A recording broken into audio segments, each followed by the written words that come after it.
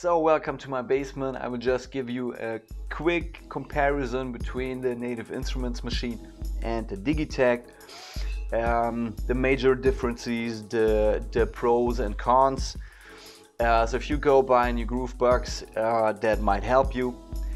Me personally, I used to be an old machine head. I did use this tool for since it came out the first time. This is the MK3, but now I did switch to the Digitakt out of certain reasons.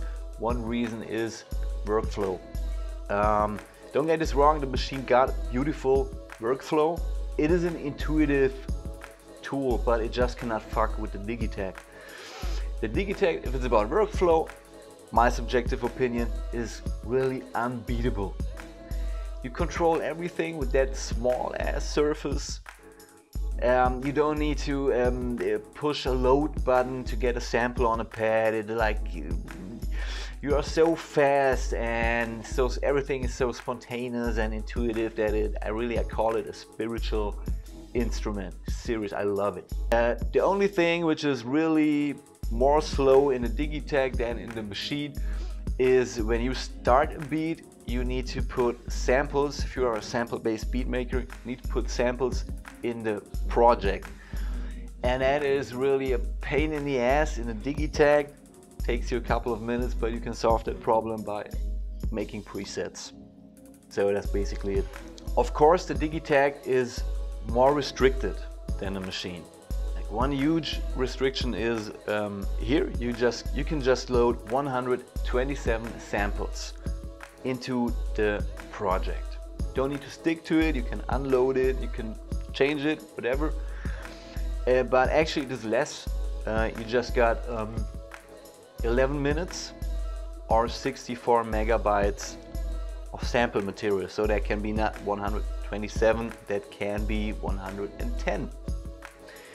So what my personal opinion is, to be honest, if you can make a fat beat with 100 samples, you cannot make one with 12,000 samples. But within that restrictions, there is more than just this restriction in the Digitakt. Within that restrictions, you are much more free, much more spontaneous, much more flexible than you can ever be in the machine. You can apply effects to each individual step. You can change each pattern however you want, because every pattern, every loop is a complete independent unit. So that brings you so much freedom, so much, you can put so much variation, so much detail in your sound, and you cannot do that in the machine because of this pattern principle. It did go on my nerves since day one. I never really like it. I mean, you get kind of used to it, but I still don't like it. Every time you want to change something in the machine, you need to duplicate a scene and a pattern and duplicate another pattern and another pattern. And you always need to keep that in the back of your mind, because if you forget it, you change something that you did not like to change. And to me, actually also to create an arrangement, create a full song with scenes and pattern, to me it does not feel organic, not natural. It's really like using a machine. While in the Digitakt, you do not have some arrangement mode, so you need to record the loops, the pattern you made, to some DAW or to a wave editor or whatever you use, which includes another spontaneous, intuitive element, which I'm actually about. One thing we still talk about, restrictions. One thing that I definitely miss when I use the Digitakt is the effects. Okay, you got a lot of nice effects in the machine. If it's just about putting an EQ on the master bus or a little bit compression, you cannot do that in the Digitakt. That is really kind of annoying, but so what? The Digitakt got compression, but you can only apply it to a single pattern, not to all patterns. So that makes it, as a mastering tool, makes it kind of useless. Again, on one side that is good, but on the other hand, you, for example, if you do like 20 loops with the Digitakt, and in the end you find out, oh, I want something changed on this kick drum, you really have to copy and paste that change back to all patterns. So what that is, I say that is a price that I pay for this huge freedom that I have within the pattern.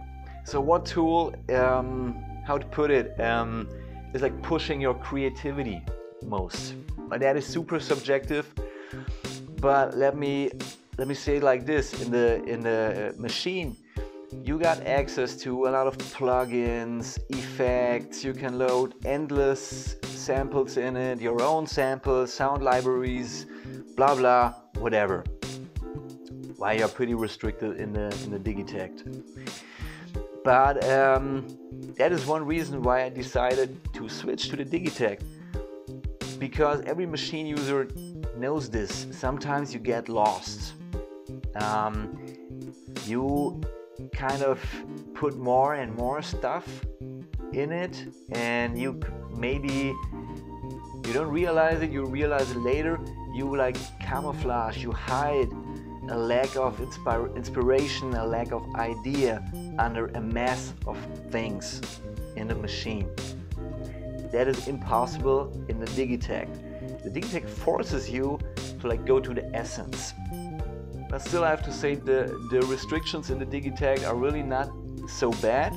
You got 8 audio tracks. It is not just 8 sample slots. It is 8 full audio tracks, and you can put samples on each free step, put effects on each free step.